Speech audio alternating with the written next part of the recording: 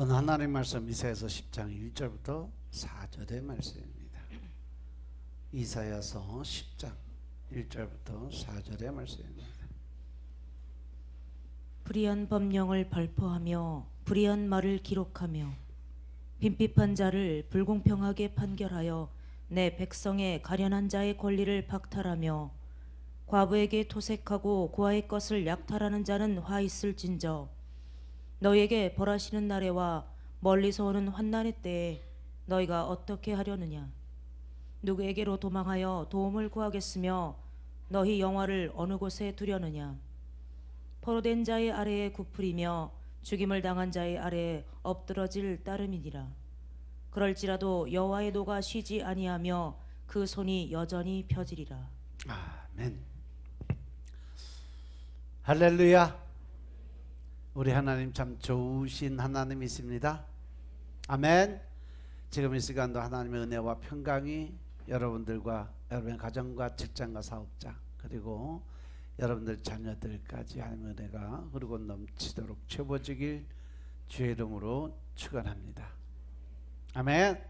자, 우리 따라합니다. 나는 예수님 안에서 모든 사람들을 이해하고 용서하며 사랑하겠습니다. 우리 옆 사람과 같이 인사합니다. 제가 먼저 낮아지겠습니다. 제가 먼저 섬겨드리겠습니다. 제가 먼저 사랑하겠습니다. 할렐루야. 지금 이 시간 하나님께 영광 올려드리는 귀한 시간 되시길 주의 이름으로 축원합니다. 아멘. 오늘은 이사야서 10장 1절부터 4절의 말씀 가지고 차별금지법에 대해서 아십니까? 하는 제목으로 말씀을 나누겠습니다. 자, 우리 따라합니다. 차별금지법에 대하여 아십니까? 옆 사람한테 한번 물어보세요. 차별금지법에 대해서 아세요?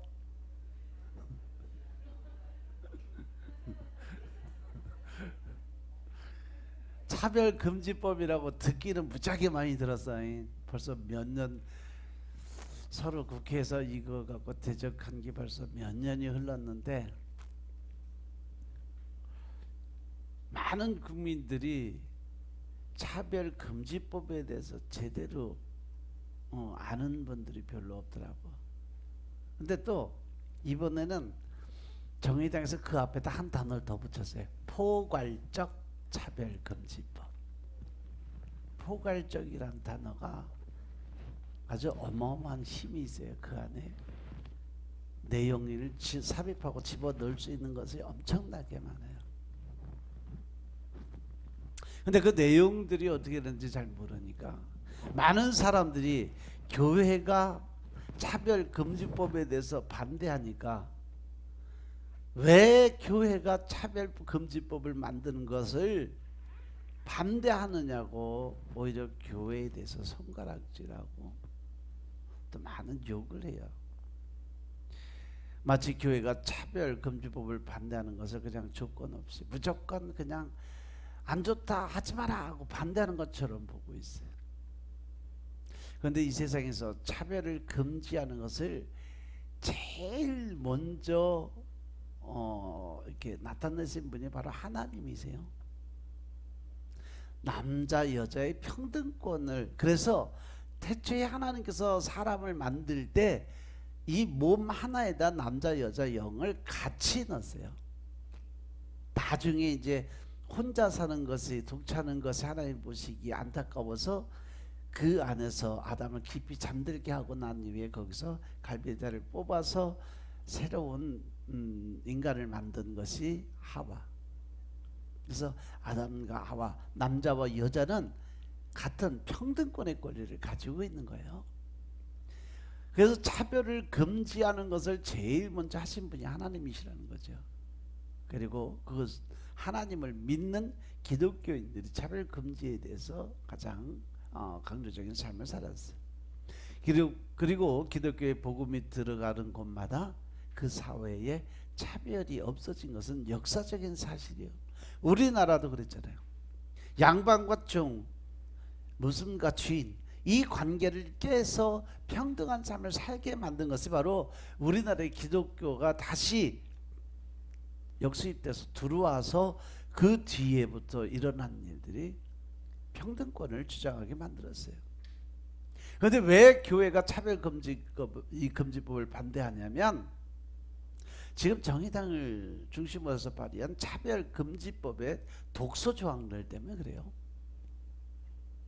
지금 보면 한동안 없어졌다가 이번에 다시 또 차별금지법이 앞으로 수면으로 올라오면서 민주당에서 그거를 강제 통과시키기 위해서 지금 엄청나게 많은 계략을 꾸미고 있어요.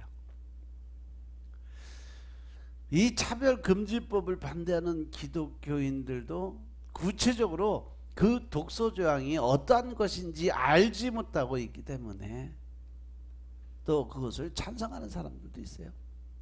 또 찬성하는 사람들도 그 내용을 잘 모르니까 왜 그 차별금지법을 그렇게 목숨 걸고 기독교인들이 반대하냐, 도대체 목사들이 뭐하냐 그러면서 오히려 교회를 욕하고 핍박하는 일들이 생겨요.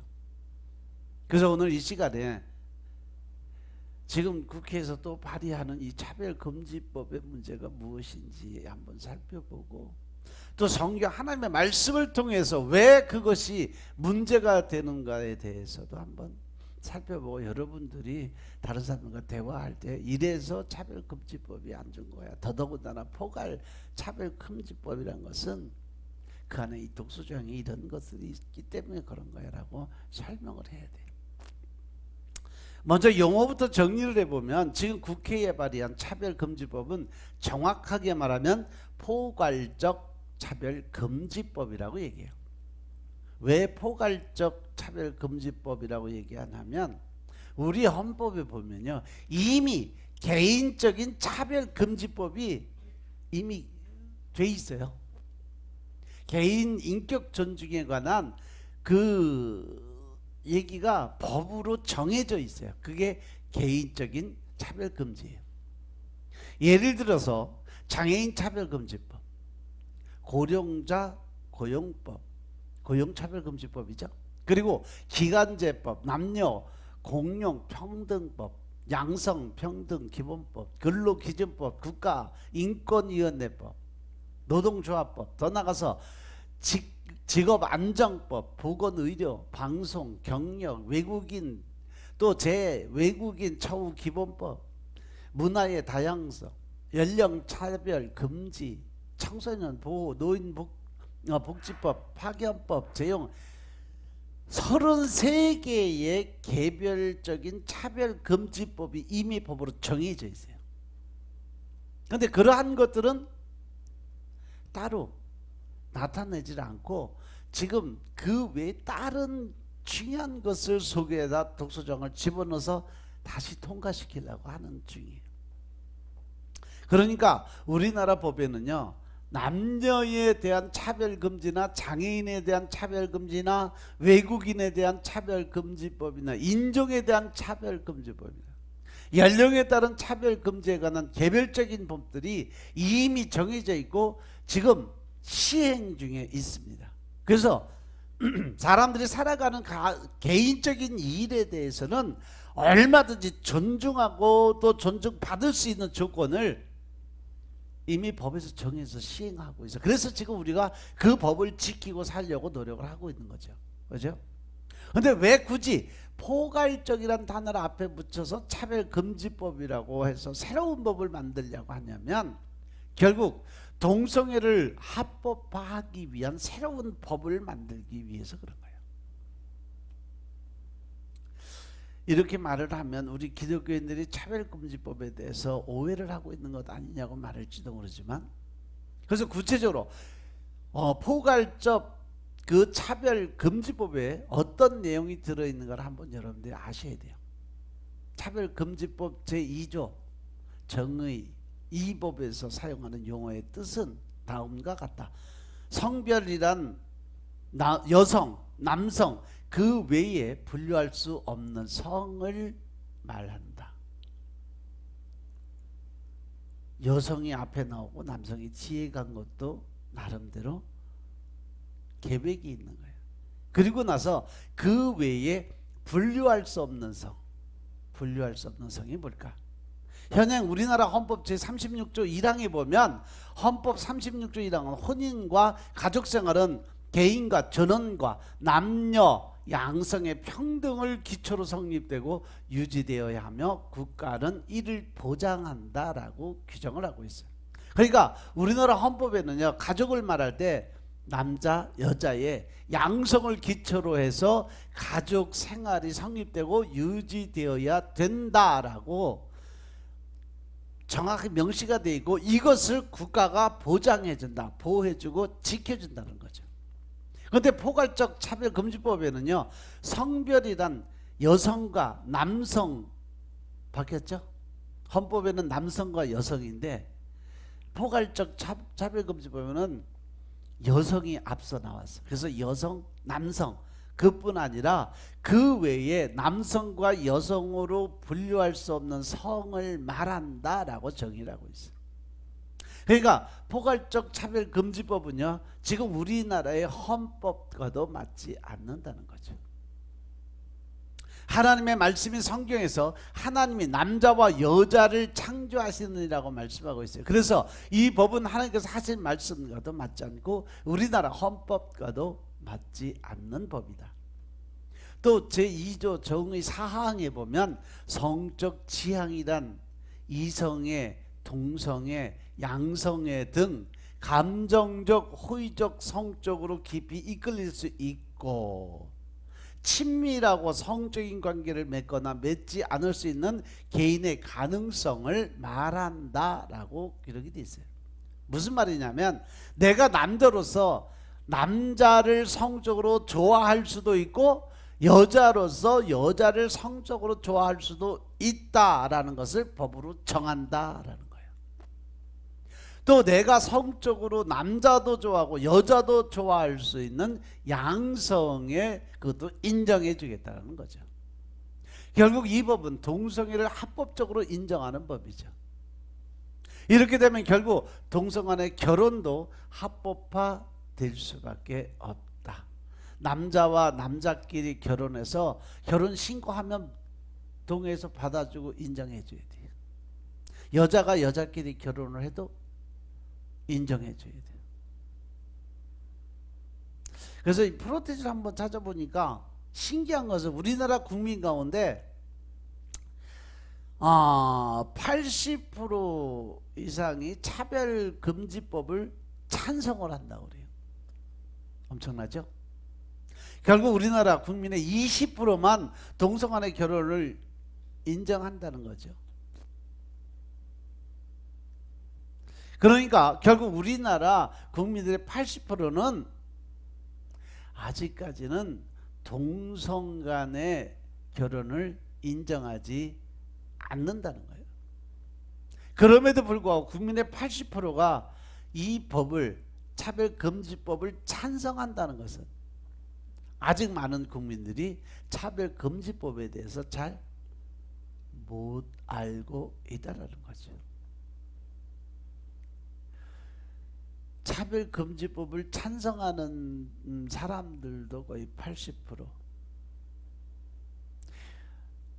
또 동성 간의 결혼을 인정하는 그러한 사람은 20%밖에 안 되는데 찬성하는 사람이 80%.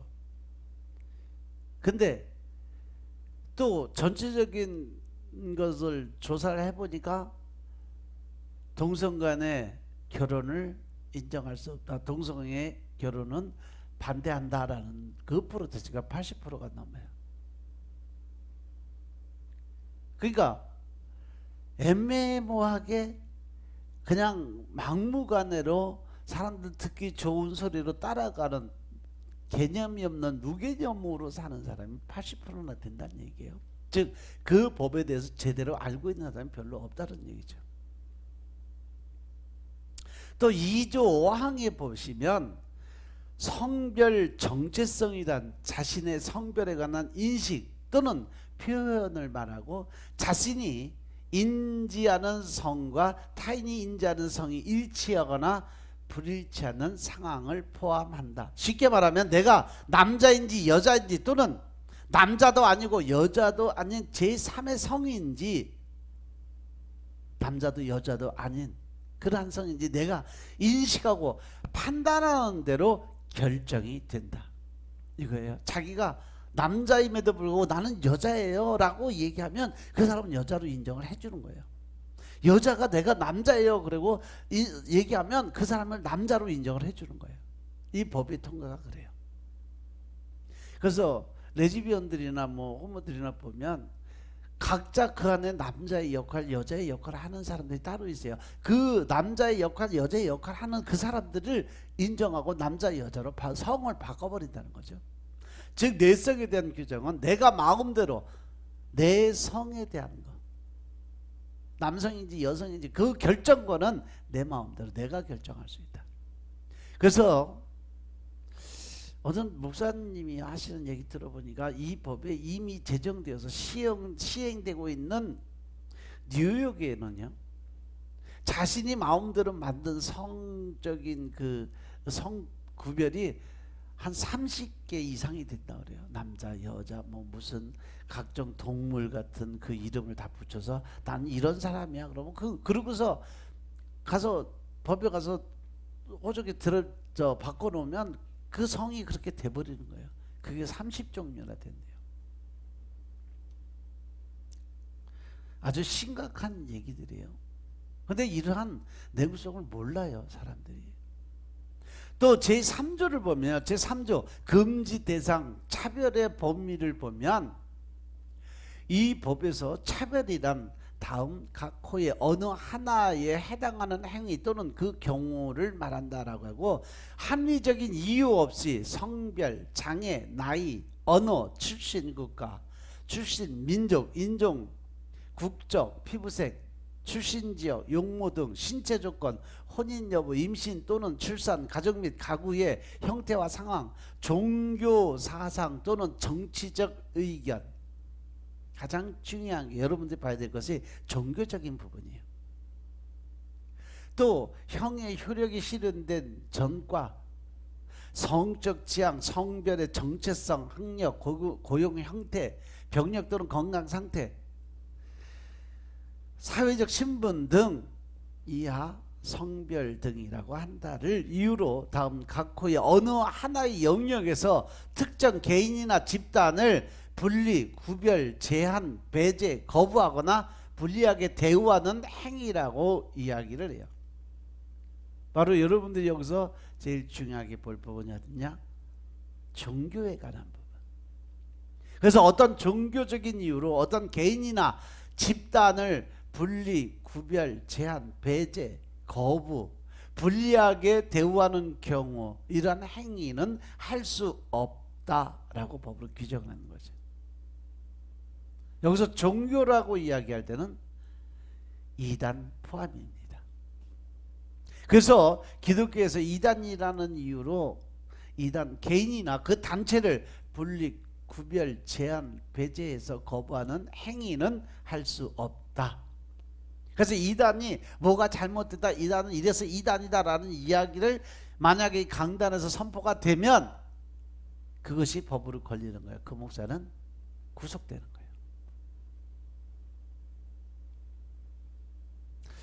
이렇게 되면 교회에서 이단에 대해서 비판하거나 문제를 제기하는 행위가 법적으로 문제가 된다는 거죠. 실질적으로 미국에서 차별금지법을 통과시키고 제일 많이 구속되는 사람들이 목사예요. 어떤 사람들은 호모 즉 남자와 남자가 둘이 동성애 결혼을 한다고 와서 목사님 줄에 좀 서주십시오 그러고 얘기했는데 그 목사님 나는 도저히 이거는 내가 할 수 없다. 하나님의 뜻에 어긋난다. 그러니까 나 못한다. 그때 가서 고소해버렸어요. 그래서 구속됐잖아.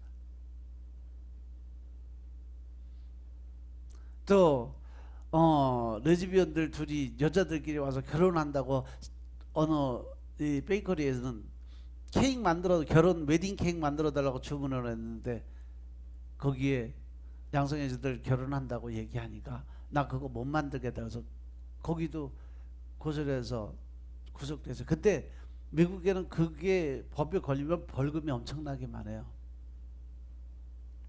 몇 천만 원이에요, 기본이. 그래서 풀려난다 할지라도 벌금 내고 나면 그 가게들은, 웬만한 가게들 다 무너지고 만돼요. 그래서 일부러 이 동성애자들이 미운털 박힌 데는 가서 일부러 가서 주문을 하고 가게들 문 닫게 만드는 데가 너무 많대요.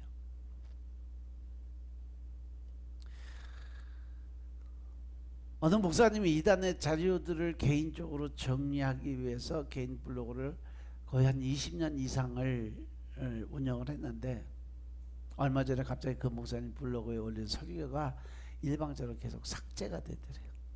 그래서 알아보니까 그 이유가 그 목사님 설교 원고에 신천지와 구원파에 대한 비판이 담겨져 있기 때문에 그것들을 삭제를 시키기 시작을 했다고 그래요. 그래서 지금도 이단이 잘못됐다고 비판을 하면 그 글이 강제로 삭제되는데, 앞으로 이 법이 제정이 되면 어떻겠냐는 거죠. 아마 유튜브를 통해서 동성애자들이 목사님들 설교 다 찾아가고 전부 신고할 거예요. 이단에 대해서 비판하면 법으로 죄를 지으니까 범죄자가 된다라는 거죠. 흔한 예로 영국에서 차별금지법이 제정될 때 그 차별금지법을 앞에서 끌어서 통과시킨 사람들이 누군지 아세요? 기독교인들이에요. 왜? 몰라서. 그때 당시에 너무 몰라서. 그 당시에 극소수의 동성애자들이 차별금지법을 만들어 달라고 제조를 했어요. 그때 다수의 그리스도인들이, 그들이 가지고 있는 생각이 뭐냐, 약자를 보호한다는 입장에서 큰 반대 없이 기독교인들이 그 법을 통과시키기 위해서 노력해서 통과를 시켜줬어요. 그래서 차별금지법이 거기서 생긴 거예요, 영국에서. 그런데 지금 어떻게 됐어요? 소수였던 동성애자들이 다수가 되고, 다수였던 기독교인들이 극소수가 돼서 지금 영국에 교회들이 문을 닫아요. 엄청나게 큰 교회들, 자선적 유물인 그런 교회들이요, 운영이 안 돼서 일주일 동안 6일 동안은 임대를 해서 빌려줘요. 시장이나 뭐 워낙 크니까 거기다 시장을 하게 만들고 술집 만들고 뭐 해서 일주일 동안 장사하고 주일 하루 그때만 예배드리고 끝나는 거예요. 왜? 그 큰 성전을 다 운영하려면 돈이 있어야 되는데 돈이, 성도들이 없으니까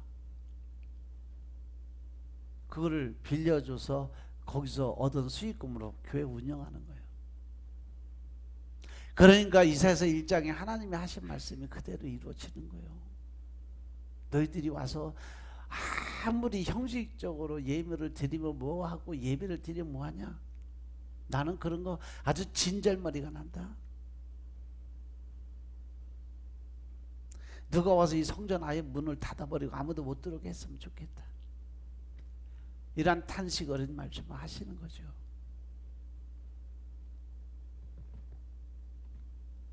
우리나라에서도 여러 번 이 법을 제정하려고 할 때 기독교인들을 중심으로 한 다수의 국민들이 반대를 했어요. 그래도 아직까지는 우리나라가 깨어져 있는 사람들이 많기 때문에 그래요.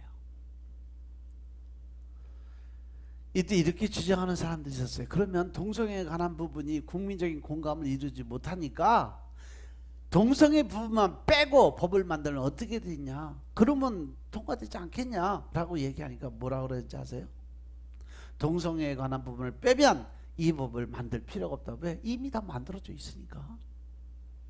그 법이 이미 개인차별법에 의해서 이미 시행이 되고 있는 상태인데, 거기다 동성애를 집어넣기 위해서 교묘하게 지금 단어들을 바꿔가면서 사람들을 유혹하고 혼란을 만들게 해서 그걸 통과시키고 나서 결국은 종교 탄압하겠다는 얘기예요. 이게 바로 이 주체사상에서 나온 거예요.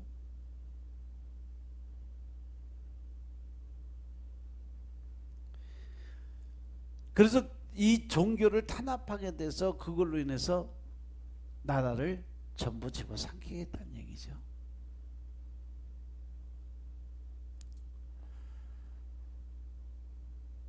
결국은 모든 차별을 없애기 위해 법을 만든다고 하는 것은 허울적인 그러한 구호에 불과하다는 거죠. 그들의 내심 마음속에 품고 있는 건 따로 있었어요. 만약에 이번에 정권이 바뀌지 않았으면 통과되고도 남았어요. 이미. 결국 차별금지법은요, 근본적으로 동성애를 합법화하기 위한 법이고 종교 탄압을 하기 위한 법이 이 차별금지법입니다. 그래서 우리가 이것을 반대하고 있는 거예요. 아직 우리나라 국민들의 80%가 동성애나 동성애 결혼을 반대하고 있어요. 우리나라 국민들이 반대하는 이유는 우리나라 국민들의 도덕, 양심이 아직 살아있기 때문에 그래요. 아직까지도 우리는 하나님의 말씀 중심, 즉 성경적인 삶에 하나님의 근본적 마음의 중심이 아직 흔들리지 않고 굳건히 서 있기 때문에 그렇습니다. 만일 동성애를 찬성하는, 나는 제일 궁금한 게 뭐냐면 그것을 찬성하고 끌어가는 국회의원들, 그 사람들 자녀들이 동성애 하는 자녀들 가졌다면 그들은 어떻게 할까? 과연 그래, 아들이 가갖고 남자 새끼 데리고 가고 아버지 우리 결혼시켜 주세요 그래갖고 남자끼리 결혼한다 그러면 그 국회의원은 찬성할까? 딸내미 가서 여자 데리고 와서 둘이 결혼한다고 결혼시켜달라 그러면 그래 잘했다, 그래 둘이 잘 어울린다, 그래 결혼해라, 그렇게 할까요?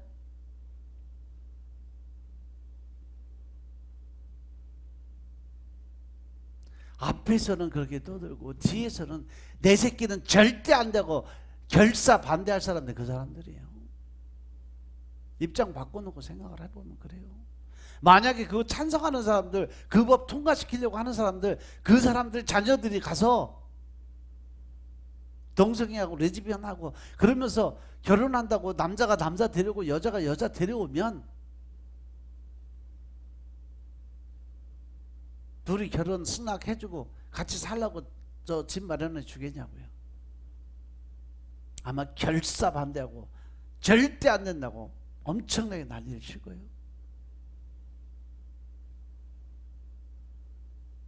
그러니까 그것이 바로 내로남불이에요. 내가 하면 놈이 있어, 남이 하면 불려. 남의 자녀는 동성애가 되고 내 새끼는 동성애가 안 된다면 누구를 위해서 이 법을 만든다는 건지 알 수가 없는 거죠.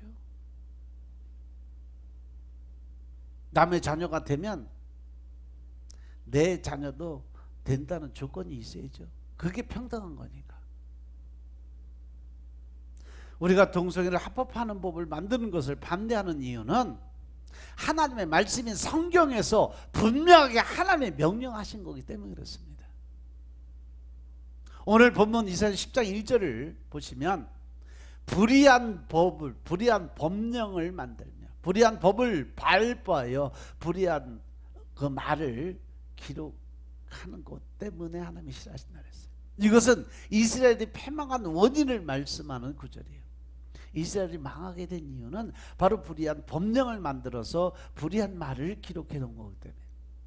여기서 이스라엘이 하나님의 진노를 받아서 망하게 된 원인이 불의한 법령을 만들며 불의한 말을 기록한 죄라고 말씀하고 있어요. 불의한 법령이라는 것은 하나님의 말씀에 맞지 않는 잘못된 법을 정하고 기록해 놓은 거기 때문에, 즉 지금 우리가 하는 포괄적 차별금지법 같은 걸 만들어서 법으로 정해서 기록해 놓으면 너희 나라 망한다 이 말이에요. 이렇게 불의한 법을 만들고 그 불의한 말들을 기록한 이스라엘이 받게 되는 벌이 뭐냐? 3절 말씀입니다. 너희에게 벌하시는 날과 멀리서 오는 환난의 때 너희가 어떻게 하려느냐. 하나님의 진노의 심판을 어떻게 견딜 수 있겠느냐는 거예요. 누구에게로 도망하여 도움을 구하겠으며 너희 영화를 어느 곳에 두려느냐. 동성애의 죄를 짓는 것보다 그것을 합법화하는 불법한 법을 만드는 것이 하나님이 보시기에 더 큰 죄다 이 말이에요. 이러한 죄를 짓는 나라에 하나님께서 벌하시는 날이 반드시 있다는 것입니다.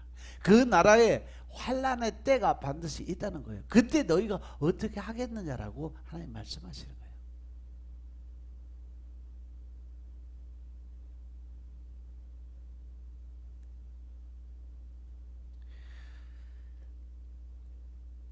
대표적인 예가 바로 영국이에요. 처음에 기독교가 들어가서 그들이 한참 번창하고 나갈 때에 해가 뜨는 나라라는 별칭을 얻었던 것이 영국입니다. 그런데 그들이 성장을 해서 편하고 살기 좋고 편안하게 살면서 늘어난 것이 뭐냐면 유흥적 문화예요. 그리고 나서 유행하고 번진 것이 바로 동성애예요. 그리고 그 동성애가 점점 커지면서 차별금지법이 통과되고 그 이후로 영국은 진은혜로 바뀌어버렸어요. 그리고서 넘어간 것이 바로 청교도들이 아메리카 신대륙을 발견하면서 미국으로 넘어가죠. 그런데 미국도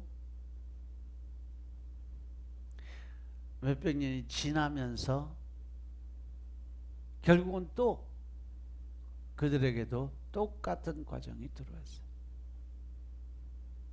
그래서 그 미국이 이제 서서히 몰락의 길로 들어가면서 그 기운이 어디로 왔냐?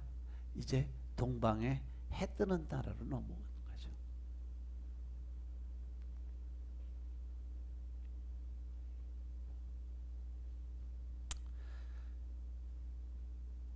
그때 너희가 어떻게 하겠느냐? 너희의 영화를 어느 곳에 두려 하느냐? 여기서 영화라는 것은 뭐냐 하면 내가 가지고 있는 재물이에요. 물질이에요. 그러니까 이러한 법을 만들면 하나님께서 그 나라에 주신 모든 경제적인 영화들을 다 거두어 가시겠다는 거죠. 그리고 4절을 보면 포로된 자의 아래 구부리며 죽임을 당한 자의 아래 엎드질 따름이니라. 그럴지라도 여호와의 노가 쉬지 아니하며 그 손이 여전히 펴지리라. 심판을 한 번 하는 게 아니라 끝까지 그 나라가 망할 때까지. 아니면 그 백성이 회개하고 다시 돌아올 때까지 환난과 연단은 지속적으로 계속 하나님이 주신다는 거죠. 이런 법을 만드는 자들을 포로가 되게 하시고 결국 죽게 될 거라고 말씀하십니다. 또 이렇게 불의한 법령을 만드는 자들을 포로가 되게 하시고 죽게 하시지만 이것으로도 하나님의 진노가 풀리지 않으시고 하나님의 진노의 손이 계속 펴져 있을 거다. 계속 그 진노가 임하게 될 거다.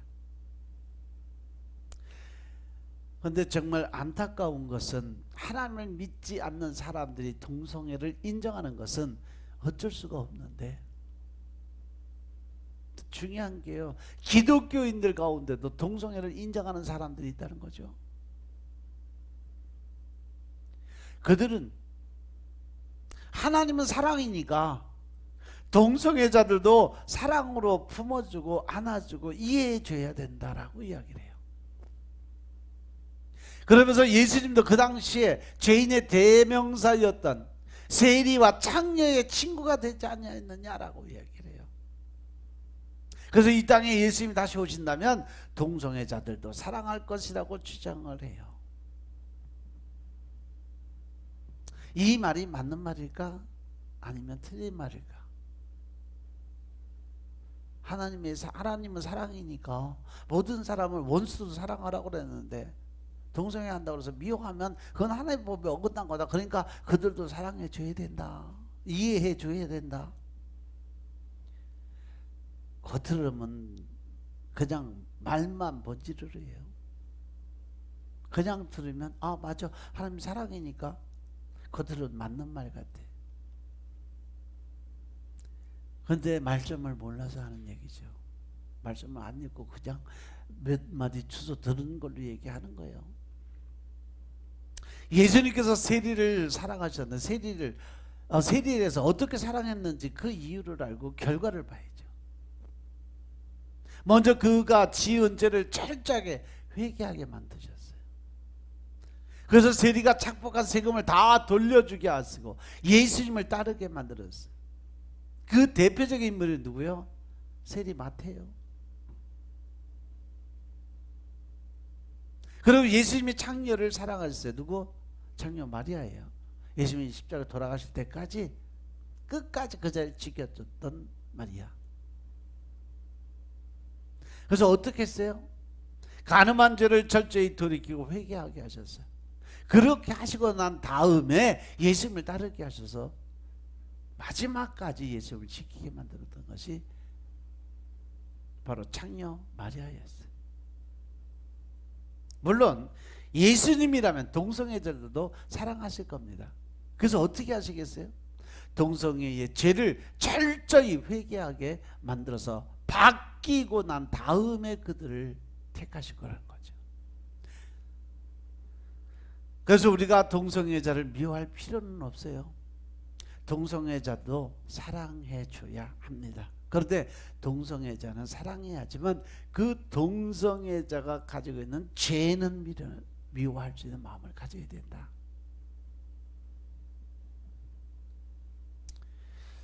어느 교회에서 있었던 일이에요. 그 교회 전에 다니던 한 학생이 고등학교 때 나갔다가 대학 한 3년 돼가고 찾아왔다 그래요. 그 학생은 어머니가 일찍 집을 나갔어요. 왜? 아버지 폭력에 시달리다 못해. 이 학생도 매일 아버지한테 두들겨 맞았어요. 그런데 그 학생이 대학에 들어가서 남자 친구들과 하다 보니까 어느 친구가 자기를 그렇게 보살펴주고 늘 지켜주고 감싸주니까 거기에 이성의 눈이 뜨기 시작해서 동성애자가 됐어요. 그런데 믿음이 있던 상태에서 동성애를 하다 보니까 마음에 찔려서 그래서 목사님을 찾아온 거예요. 목사님, 제가 이렇게 해서 지금 동성애자가 됐습니다. 어떻게 할까요? 라고 목사님을 찾아왔어요. 목사님이 뭐라고 했을 것 같아요? 너는 동성애자니까 우리 교회에서는 그런 사람 못 받아. 우리 교회 물 흘리기 전에 오지 마. 나가라. 라고 얘기했을까요? 아니요. 그래, 잘 찾아왔다. 그리고 그 학생과 상담을 대화하면서 잘 타일러서 동성애 치료를 위해서 그 동성애 치료센터에 보내서 그를 완전히 바꿔서 하나님을 열심히 믿는 하나님의 사람으로 만들었어요. 바로 하나님이 원하시는 사랑은 바로 이러한 사랑이에요. 죄인을 죄로 판단하고 정죄하고 심판하는 것이 목적이 아니라 그 죄를 통해서 용서함을 받고 이해함을 받고 사랑을 받음으로 그들이 변화돼서 진정한 하나님의 사랑을 깨닫게 만들어주는 거예요. 성경의 일괄된 가르침은 죄는 미워하되 사람은 미워하지 말라는 거죠. 죄는 미워하되 사람은 미워하지 말라는 말을 거꾸로 하면 어떻게 돼요? 사람은 미워하지 말아야 하지만 죄는 미워해야 된다는 거죠. 사람은 차별하지 말아야 하지만 죄는 차별하고 배제하고 거부하고 분리하라는 겁니다.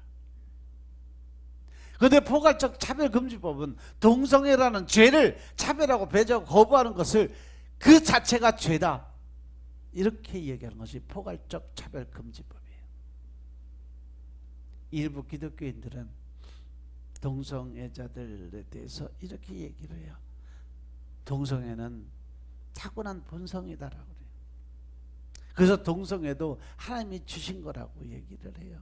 하나님은 동성애자를 동성애가 있는 그대로 사랑해 주신다라고 주장을 해요. 동성애자들이 하는 얘기요. 그래서 우리도 동성애자를 볼 때 동성애에 있는 상태로 그대로 사랑해 줘야 된다라고 주장을 하고 있어요. 이것이 기독교적인 사랑이라고 주장을 해요. 사람들이 하는 얘기 가만히 들어보면 맞는 것 같아. 그래도 고개 끄덕끄덕 하다 보면 그냥 넘어가는 거예요. 그런데 성경 어디에도 하나님께서 동성애를 주셨다고 말씀하신 구절 한 군데도 없어요. 오히려 하나님께서 동성애에 대해서 심판하신다라고 분명히 말씀하셨음을 깨달으시기 바랍니다. 성경 그 어디에도 하나님께서 우리가 죄가 있는 그 상태를 사랑하지 않는다는 거죠. 하나님은 철저하게 죄에 대해서 미워하시는 분이심을 믿으시기 바랍니다. 그리고 죄에 대해서는 반드시 심판하시는 하나님, 이것이 하나님께서 죄인을 사랑하는 방식입니다. 그래서 우리가 동성애를 사랑하는 방식은 그들로 하여금 동성애가 죄라는 사실을 깨닫게 만들어주고 더 나아가서 그 죄에서 돌아오게 만드는 역할을 감당해야 된다는 거죠. 그런데 포괄적 차별금지법이 만들어지면 동성애자들에 대해서 죄가 없다는 면죄부를 주는 것과 같은 겁니다. 결국 그렇게 해서 동성애가 주는 엄청난 피해를 자신만이 아니라 여러 사람들에게 주게 돼 있다는 거죠. 그러면 하나님의 말씀이 성경에서 동성애의 죄에 대해서 어떻게 말씀하고 있느냐? 특별히 로마서를 보면 동성애라는 죄가 왜 나왔는가를 말씀해 주고 있어요. 로마서 1장 18절의 말씀을 보면 하나님의 진노가 불의로 진리를 막는 사람들의 모든 경건치 않음과 불의에 대해서 하늘로 쫓아 나타난다라고 기록이 되어 있어요. 그리고 로마서 1장 18절의 말씀을 보면 하나님의 진노가 불의로 그리고 진리를 막는 사람은 여기서 어떤 불의에 또 죄에 대해서 하나님의 진노가 이 땅 가운데 나타나고 있느냐? 첫째, 하나님을 보이는 사람과 동물의 모양의 우상으로 만들어서 섬기는 죄예요. 23절의 말씀을 보면 썩어지지 아니하는 하나님의 영광을 썩어질 사람과 금수와 버러지 형상의 우상으로 바꾸었다라고 말씀하고 있어요. 그리고 25절에 보면 이는 그들이 하나님의 진리를 거짓으로 바꾸어 피조물을 조물주보다 더 경배하고 섬기는 것이라고 얘기해요. 주는 곧 영원히 찬송할 이르다. 여기서 피조물의 대표인 사람이라고 넣어서 보면, 그래서 하나님의 진노를 쌓는 두 번째 죄는 피조물인 사람을 조물주인 하나님보다 더 경배하고 섬기는 죄, 하나님보다 더 사랑하는 죄를 범하는 것. 그리고 26절에 보니까 이 때문에 하나님께서 저들 그 사람들을 부끄러운 욕심에 내버려 두셨으니 곧 그들의 여자들도 순리대로 쓸 것을 바꾸어 영리로 쓴다라고 얘기해요. 여기서 이 때문이라는 말은 하나님보다 피조물을 더 사랑하고 경배하고 섬기는 죄 때문에 이 말이에요. 그래서 즉 피조물인 인간을 하나님과 같은 위치에 올려놓고 인간을 하나님보다 더 경배하고 섬기는 죄라고 할 수 있어요. 여기서 인간이라는 말에 나를 넣어보면 인간인 나를 하나님보다 더 경배하고 섬기는 죄, 하나님보다 높아지려는 모든 것은 다 하나님 보시기에 죄다. 하나님보다 더 좋아하는 것도 죄다. 이렇게 피조물인 인간인 나를 하나님 위치에 올려놓고 하나님보다 더 경배하고 섬기는 그 죄에 대한 결과가 어떤 것이냐, 그것이 바로 동성애입니다. 그래서 로마서 1장 26절 27절을 한번 풀어보면 즉 하나님보다 인간을 더 경배하고 섬기는 죄 때문에 이를 인하여 그 죄 때문에 하나님께서 그들을 부끄러운 욕심에 내버려 두셨으니 곧 그들의 여자들도 순리대로 쓸 것을 바꾸어 영리대로 쓰며, 이것이 바로 하나님이 주신 성을 바꿔서 영리대로 쓴다는 것은 남자 여자가 사랑을 해야 돼. 남자와 남자, 여자가 여자, 동성애를 의미해요. 이와 같이 남자들도 순리대로 여자 쓰기를 버리고, 그죠? 27절에 보니까 남자들도 순리대로 여인 쓰기를 버리고 서로, 즉 남자가 남자를, 여자가 여자를 서로를 향하여 음욕이 부릴 듯하며 남자가 남자와 더불어 부끄러운 일을 행하여, 그죠? 이게 바로 동성애의 삶을 그대로 표현해 놨잖아. 그들의 그릇된, 즉 잘못된 동성애의 죄에 상당한 보응, 즉 벌을 그들 자신이 받았다라고 말씀하세요. 그러니까 동성애 죄라는 것이 어떻게 생겨난 것이에요? 인간을 하나님의 위치에 올려놓고 인간을 하나님보다 더 경배하고 섬기는 죄에서 동성애라는 죄가 나왔다. 그러면 이런 동성애의 결과가 어떻게 됐냐? 남자가 남자와 더불어 부끄러운 일을 행하고 그들의 그릇된 동성애 죄에 대한 상당한 벌을 그들 자신이 받게 되어 있다라는 말씀이죠. 그러니까 동성애라는 죄는 짓는 것 자체가 그들의 죄에 대한 상당한 벌을 이미 받은 거라고 말씀하시고 계신 겁니다. 뿐만 아니라 동성애를 통해서 에이즈와 같은 질병이 감염되는 것도 그들의 잘못된 그 행동에 대한 상당한 벌이라고 할 수 있다라는 겁니다. 그런데 여러분, 동성애의 죄가 단순히 동성애를 저지른 그 개인의 죄고 개인만이 벌을 받는다고 성경은 말씀하고 있지 않아요. 여러분도 잘 알다시피 소돔과 고모라가 하나님의 불심판을 받은 이유가 뭐예요? 뭐 때문에 심판을 받았다 그랬어요? 말씀 읽으면 다 나와. 동성애 때문에 그래요. 베드로후서 2장 6절을 보면, 베드로후서 2장 6절을 보면 소돔과 고모라 성을 멸망하기로 정하여 죄가 되게 하사 후세에 경건하지 아니할 자들에게 본을 삼으셨다 그랬어요. 그 원인이 동성애의 죄로 소돔과 고모라 성을 멸망하기로 정했다 그랬어요. 저가 죄가 되게 하사 경건하지 아니할 자들, 즉 심판의 본을 삼으셨어요. 소돔과 고모라가 동성애 죄로 말미암아 하나님의 불심판을 받았어요. 그런데 그것이 단순히 과거의 역사적인 사건만 끝나는 것이 아니라는 거죠. 후세 경건하지 아니할 자들에게 심판의 본으로 삼아 앞으로 되어질 일들, 앞으로 이런 일을 하는 사람들은 내가 이렇게 또 심판할 거라는 것을 하나님의 말씀으로 기록해 놓으셨어요. 그러니까 지금도 동성애 죄를 방치하면 하나님께서 우리 모두에게 심판의 벌을 내리신다라는 말씀을 주시는 거죠. 어떤 분들은 이렇게 생각하는 분들도, 우리가 아무리 떠들어도 동성애자들은 우리 말을 듣지 않는다, 그들이 벌을 받든 말건 우리가 상관할 바가 뭐냐라고 이야기를 해요. 지금 우리에게는 내 자녀의 문제가 더 어렵다, 내 개인과 가정의 문제가 더 어렵다, 내가 먹고 살기도 힘든데 뭐 차별금지법이니 뭐 동성애니 그런 것이 우리가 뭔 상관이냐, 이렇게 생각할 사람도 있어요. 그런데 이것에 대해서 이어지는 베드로후서 2장 6절부터 11절 말씀 보겠습니다. 베드로후서 2장 6절부터 11절 말씀 읽어라. 소돔과 고모라 성을 멸망하기로 정하여 죄가 되게 하사 후세에 경건치 아니하는 자들에게 본을 삼으셨으며 무법한 자의 음란한 행실을 인하여 고통하는 의로운 롯을 건지셨으니 이 의인이 저희 중에 거하여 날마다 저 불법한 행실을 보고 들음으로 그 의로운 심령을 상하니라. 주께서 경건한 자는 시험에서 건지시고 불의한 자는 형벌 아래 두어 심판날까지 지키시며 육체를 따라 더러운 정욕 가운데서 행하며 주관하는 일을 멸시하는 자들에게 특별히 형벌하실 줄을 아시느니라.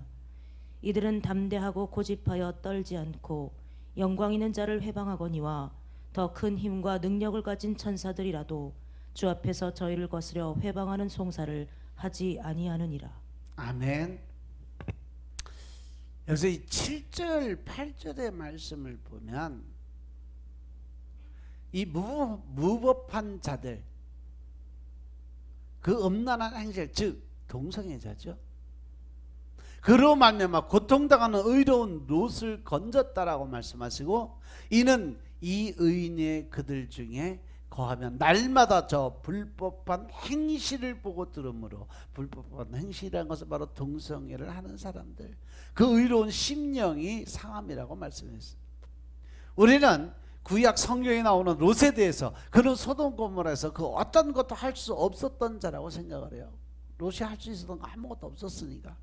그런 소돔과 고모라 사람들이 동성애하는 것을 막지도 못했어요. 그리고 소돔과 고모라가 불심판을 받는 것을 볼 수밖에 없었고, 심지어 그의 아내가 소금기둥이 되는 것도 바라만 볼 수밖에 없었던 사람. 그는 단지 불붙는 소돔과 고모라 땅에서 도망치는 일만 할 수 있었던 사람이었어요. 그런데 베드로 후서에서는 이러한 롯을 의로운 롯이라고 표현을 해서 또 의인이라고 이야기를 해요. 또 베드로서 2장 9절에 보면 그를 경건한 자였다라고 표현을 해요. 그래서 경건하고 의로운 롯을 심판 가운데서 건져내셨다라고 하나님 말씀하셨어요. 그러면 롯이 경건하고 의롭다는 것은 무엇을 말하는 걸까? 그가 그 땅에서 이루어진 동성애자들을 변화시킨 것도 아니고, 동성애를 물리쳐서 소돔과 고모라의 심판을 막은 것도 아니고, 그런데 롯이 경건하고 의롭다는 것은 동성애자들의 불법한 행실을 보면서 의로운 마음을 가지고 있었다, 이 말이야. 그가 가지고 있는 것은 그냥 하나님의 심령, 안타까운 마음, 저들을 어떻게 하면 변화시킬 수 있는 그 마음을 가지고, 그 마음이 의로운 마음이에요. 동성애자들의 음란한 행실로 말미암아 마음에 고통스러운 아픔을 느끼고 사는 것 자체도 하나님이 인정을 해줬다는 거죠. 그래서 의로운 자로 바꿔줬다는 거죠.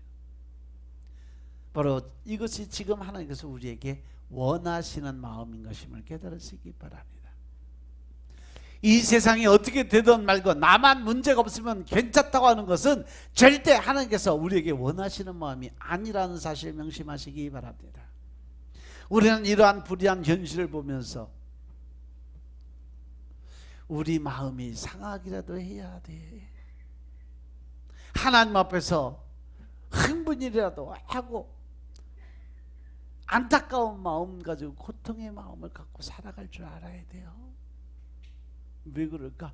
왜 우리가 아무것도 못해도 이러한 불의한 현실을 바라보면서 고통이라도 받아야 될까? 그 이유는 그것이 바로 이 땅을 지금도 지키고 보호하고 계시는 하나님 아버지의 마음이 그 안에 들어있기 때문에 그렇습니다. 그래서 너희는 이 마음을 품으라고 말씀하시고, 그것이 누구의 마음이니? 예수 그리스도의 마음이니. 하나님의 마음을 품는 자들이 하나님께 의로움으로 인정을 받을 수 있다는 사실 명심하시기 바랍니다. 왜? 우리가 믿는 하나님은 목석이 아니에요. 그냥 나무나 돌 같은 우상이 아니에요.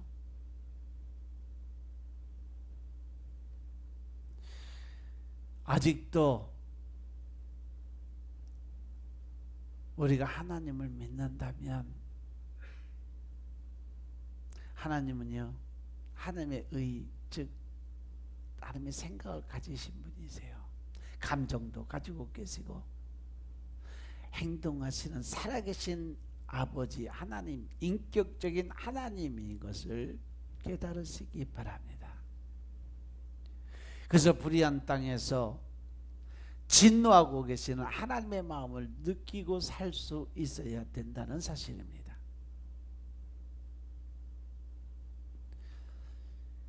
우리가 비록 부족하지만 이 불의한 현실 가운데 마음이라도 아파하는 우리 때문에 하나님께서 심판 가운데서 긍휼을 베풀을 것을 믿고 그 긍휼의 마음을 가지고 우리가 하나님의 복음을 전하고 사람들의 마음을 변화시킬 수 있는 담대함의 믿음을 가지고 있을 수 있다면 우리는 얼마든지 하나님의 뜻을 이 땅에 전하는 전달자의 역할을 감당해 줄 줄로 믿으시기 바랍니다. 이번 한 주간도 여러분들께서 하나님의 복음을 들고 담대하게 나아가 세상의 사람들을 변화시킬 수 있는 믿음의 군사들이 다 되시길 주의 이름으로 축원합니다. 아멘. 기도드리겠습니다. 아버지 하나님 감사드립니다. 오늘도 우리가 하나님의 뜻을 깨닫고 알게 하시니 감사합니다.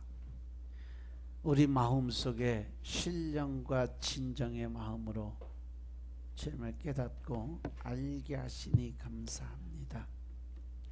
주님께서 계획하시고 뜻하신 대로 우리가 믿음 안에서 하나님을 바라보게 하옵소서. 주님의 뜻을 깨닫고 주님의 뜻을 이루어갈 수 있는 하나님의 군사적 역할을 감당케 하옵소서. 하나님의 말씀을 듣고 읽고 깨닫는 자고 더 나아가서 그 말씀의 뜻대로 행함이 있는 믿음을 가짐으로 천국을 향해 달려갈 수 있는 귀한 주의 백성들 되게 축복하옵소서. 모든 말씀 우리 주 예수 그리스도의 이름으로 감사드리며 기도드려서옵나이다. 아멘.